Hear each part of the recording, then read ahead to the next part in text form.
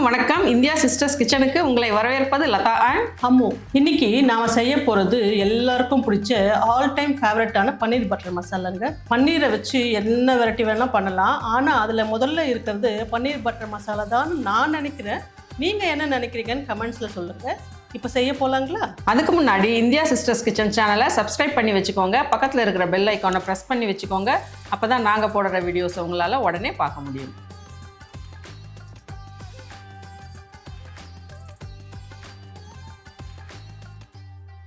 இப்போ முதல்ல அரைக்க வேண்டிய பொருட்களை எல்லாம் அரைச்சிட்டு வந்துடலாம். 3 மீடியம் சைஸ் வெங்காயத்தை கட் பண்ணி வச்சிருக்கேன். அதை முதல்ல நைஸாக அரைச்சிக்கலாம். அடுத்து 3 மீடியம் சைஸ் தக்காளி கட் பண்ணி வச்சிருக்கேன். அதையும் நைஸாக அரைச்சிக்கலாம்.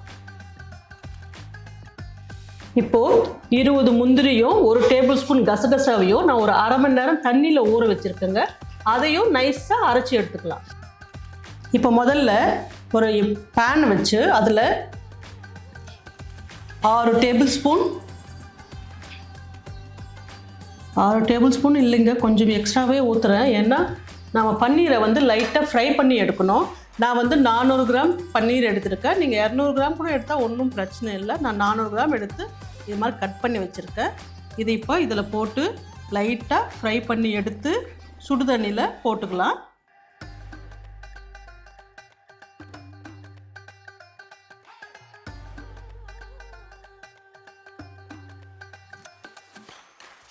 பன்னீரை திருப்பி போட்டு ஒரு லைட்டாக பொன்னிறம் ஆனதும் எடுத்துக்கோங்க. ரொம்ப நேரம் விட்டால் ரப்பர் மாதிரி ஆகிடும். அதனால் ஒரு நிமிஷம் திருப்பி போட்டு எடுத்து தண்ணியில் போட்டுக்கலாம். இந்த அளவுக்கு வறுத்தா போதுங்க. மிதமான சூட்டில் இருக்கிற தண்ணிக்கு இதை எடுத்து மாற்றிக்கலாம்.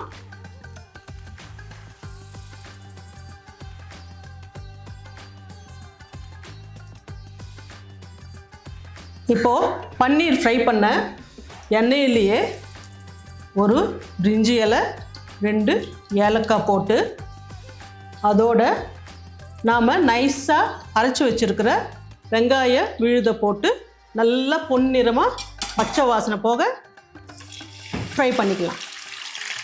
இது ஃப்ரை ஆகட்டும். அதுக்குள்ளே நாம் அந்த பன்னீர் இருக்கு இல்லைங்களா, தண்ணியில் போட்டு அது 1 நிமிஷம் இருந்தால் போதும். அதெல்லாம் எடுத்து ஒரு பிளேட்டில் மாற்றிக்கலாம்.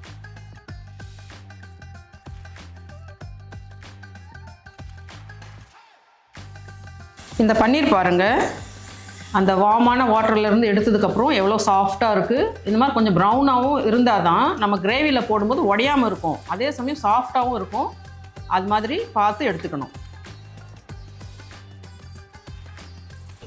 இப்போது வெங்காயம் நல்லா வதங்கிடுச்சு. இதில் 1 டீஸ்பூன் இஞ்சி பூண்டு பேஸ்ட் போட்டுக்கலாம். போட்டு நல்லா வதக்கிட்டு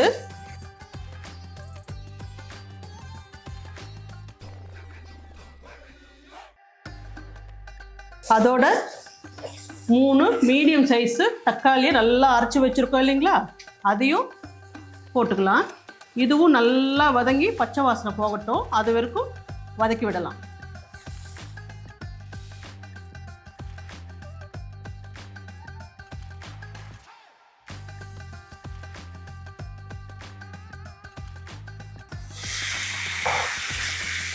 அப்பப்போ மூடியை எடுத்துட்டு நல்லா கலந்து விடுங்க, அடிப்பிடிக்காமல்.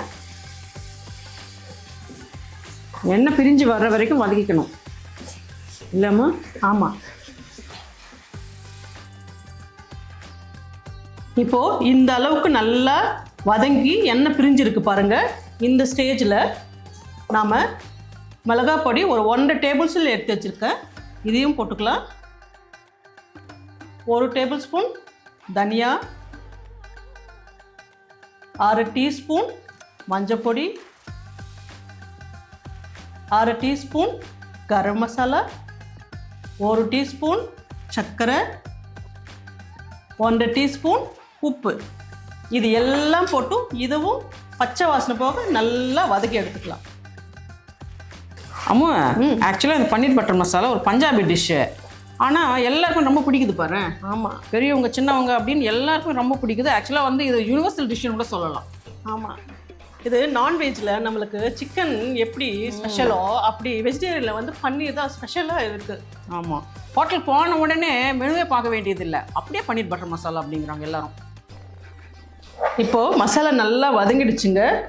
இதில் 1 கப்பு தண்ணியை விட்டு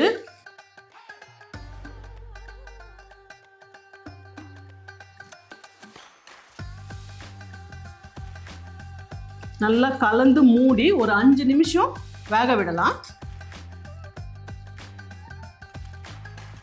இப்போது கிரேவி நல்லா வெந்து எண்ணெய் பிரிஞ்சு வந்திருக்குங்க. இந்த ஸ்டேஜில் நாம் அரைச்சி வச்சிருக்கிற முந்திரி கசகசா சேர்த்துக்கலாம்.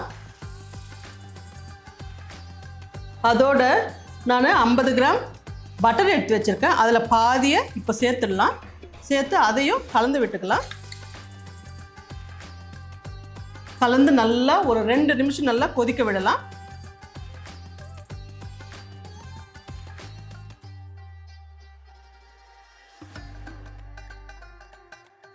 இப்போ இதில் பன்னீரை சேர்த்துக்கலாம்.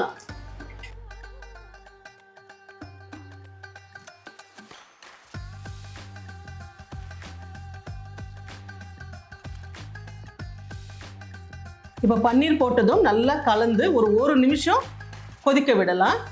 1 நிமிஷம் இருந்தால் போதும். ஏன்னா நம்ம ஆல்ரெடி வந்து இதை ஃப்ரை பண்ணி தான் போடுறோம். 1 நிமிஷம் போதும். அதுக்கு மேலே போட்டோம்னா கெட்டியாக ஆகிடும். அதனால 1 நிமிஷம் கொதிச்சா போதும்.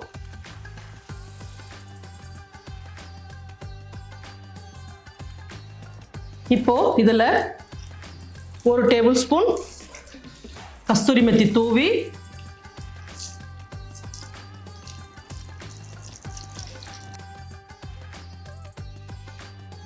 இருக்கிற பட்டரையும் போட்டு நல்லா கலந்து விடலாம். நல்ல ரிச்சாக க்ரீமியாக பார்க்கவே சூப்பராக இருக்குது. சாப்பிட்றது கூட சூப்பராக இருக்குங்க. இப்போது கடைசியாக 2 டேபிள் ஸ்பூன் ஃப்ரெஷ் க்ரீமை போட்டு விட்டுடலாம். ஃப்ரெஷ் க்ரீம் உங்ககிட்ட இல்லை அப்படின்னா நீங்கள் வீட்டில் இருக்கிற பால் ஏடை கூட மிக்ஸி ஜாரில் போட்டு அடித்து அதை கூட சேர்த்துக்கலாம். நல்லா இருக்கும். ஆமாம், இதை போட்டு இறக்கிட்டா பன்னீர் பட்டர் மசாலா ரெடி ஆகிடுச்சுங்க.